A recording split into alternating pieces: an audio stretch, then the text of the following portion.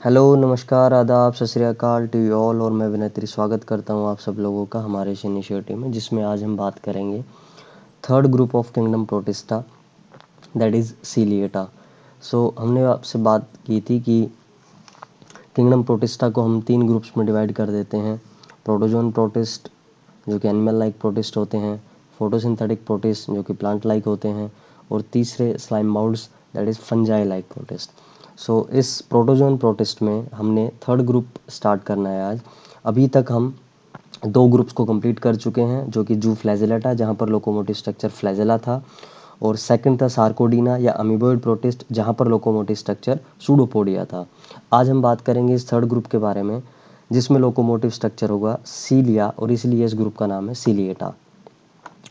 तो इस सीलिएटा ग्रुप में जो ऑर्गेनिजम्स होंगे उनके जनरल कैरेक्टरिस्टिक्स कैसे होंगे, उसके बारे में डिस्कशन स्टार्ट करते हैं। तो सबसे पहले तो इनमें काइनेटिक सिस्टम होता है।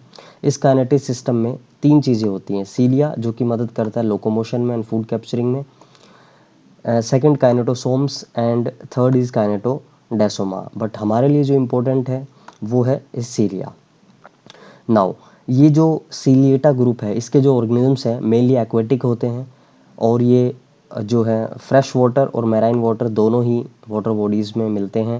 And they are mostly free living. Free living ये होते हैं, बहुत कम ऐसे हैं जो पैरासाइट्स हैं, अदरवाइज ज़्यादातर क्या है, फ्री लिविंग है। पेलिकल मेम्ब्रेन यहाँ पर प्रेजेंट होती है, यानी कि एक ऐसी मेम्ब्रेन जो कि 80% जो है किससे बनी होती है, प्रोटीन से। और देखिए जितनी भी चाहे ये मेम्ब्रेन है, जितनी भी बाकी चीज़ें हैं, जितनी भी टर्म्स आती हैं, वो उनके बारे में हम पहले ही डिस्कशन कर चुके हैं, तो बार बार रिपीट करने का कोई मेरे हिसाब से महत्व बनता नहीं है। सेकंड, यहाँ पर इनके पास साइटोस्टोम होता है, जिसको माउथ बोलते हैं, गलट जो कि साइटोफैरिंग्स है, एंड साइटोपाइज जो दैट इज़ एनस।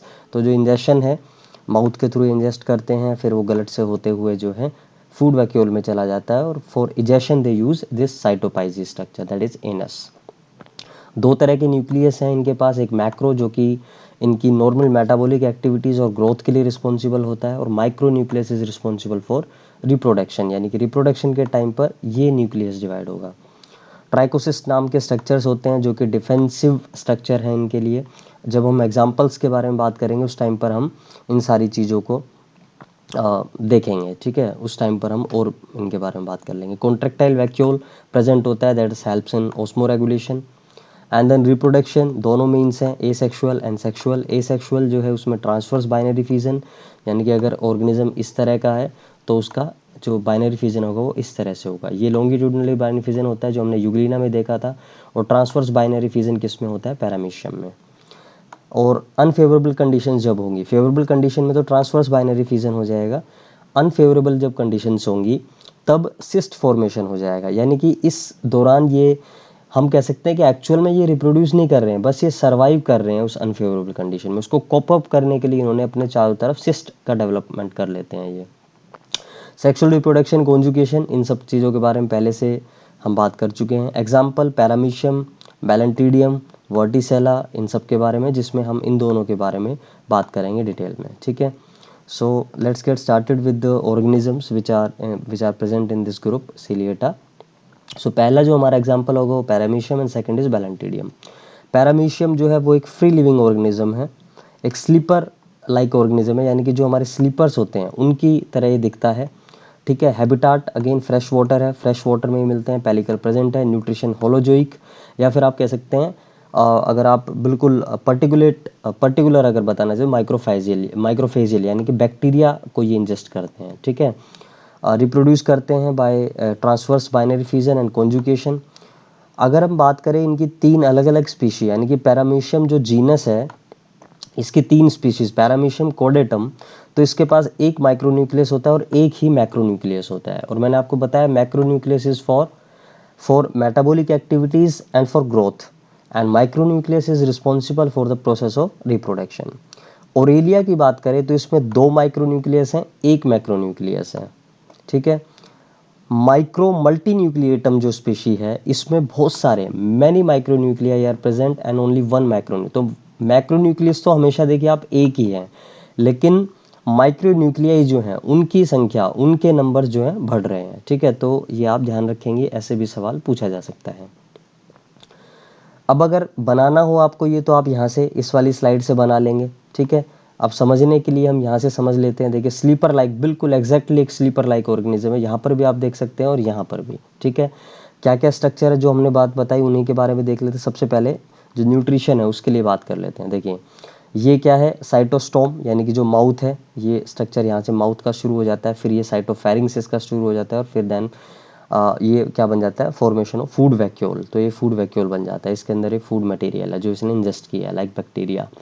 साइटोपाइज, अब जो इसको इजेस्ट कर रहे हैं तो ये फूड वैक्यूल यहाँ पर आएगा, मेम्ब्रेन के साथ फ्यूज हो जाएगा, और साइटोपाइज एनस के थ्रू ये इजेशन हो जाएगा, ठीक है। देख सकते हैं आप फूड किस तरह से इजेशन हो रहा है यहाँ पर, ठीक है। उसके बाद यहाँ पर एंटीरियर साइड में आप देखेंगे तो ये क्या है, ये जो है ये वाला स्ट्रक्चर क्या है इसका, कॉन्ट्रैक्टाइल वैक्यूल है, that is responsible for the process of osmo regulation, ठीक है।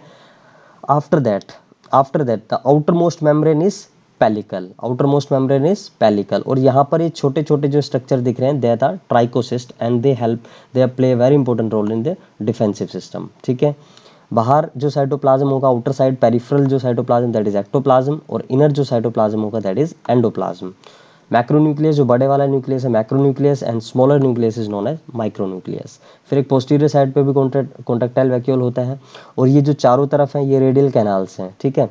मतलब ये कैनाल्स के थ्रू इस तरह से मदद करते हैं इसके ऑस्मो रेगुलेशन प्रोसेस में ही। और यहाँ पर ये सीलिया का कोडल टफ्ट है, ठीक है, यानी कि टेल वाला जो रीजन है वहाँ पर कोडल, कोडल हमेशा रीजन किसके यूज होता है, टेल वाला जो रीजन होता है। और सिफेल अगर हो जाए, सिफेलो या सिफेलो कोडल बोलते हैं, तो सिफेलो का मतलब हेड होता है, या सिफेलिक भी बोल सकते हैं, और caudal is known for this tail region, ठीक है। तो ये सारे आई थिंक सारी चीज़ यहाँ पर हमारी हो गई है क्लियर। और ये सीलिया आपने यहाँ पर देख ही लिए हैं। तो ये जनरली इसका स्ट्रक्चर है। आप यहाँ से बनाने के लिए, वैसे ये भी इजी है, यहाँ से भी आप इसको बना सकते हैं, ठीक है, और यहाँ से भी आप इसको इजीली बना सकते हैं, सेम है एकदम, कोई फ़र्क नहीं है, ठीक है। Okay, after that will talk about Balantidium. और बैलेंटीडियम की सबसे इंपॉर्टेंट चीज़ बस यही है, क्योंकि मैंने आपको बताया था कि ज़्यादातर जो होते हैं इसमें ग्रुप में वो फ्री लिविंग होते हैं, लेकिन कुछ ऐसे होते हैं जो कि पैरासाइट्स भी होते हैं। तो this is a parasite and it cause disease, that's why it is known as pathogenic, ठीक है ना, इट इज़ अ पैथोजन। और ये कहाँ पर रहता है, कहाँ पर एंडोपैरासाइट, इन ह्यूमन इंटेस्टाइन, यानी कि हमारे इंटेस्टाइन में पाया जाता है, और कोई डिजीज़ ये कोज करता है। डिजीज़ वगैरह का ऐसा कुछ क्वेश्चन आया नहीं, इसलिए मैंने यहाँ पर मेंशन नहीं किया है, ठीक है। तो आज के लिए आई थिंक इतना काफ़ी है। आप एक बार आप इनका अच्छे से नोट्स बना लीजिएगा and try to refer your NCERT. और आई थिंक एनसीईआरटी में इतना कुछ नहीं दिया होता है, लेकिन जो भी इंट्रोडक्टरी पार्ट उसमें होता है वो आप ज़रूर एक बार देख लें, क्योंकि वहाँ से डायरेक्ट क्वेश्चंस आते हैं नीट में, ठीक है। So till then bye, take care and thank you, thank you.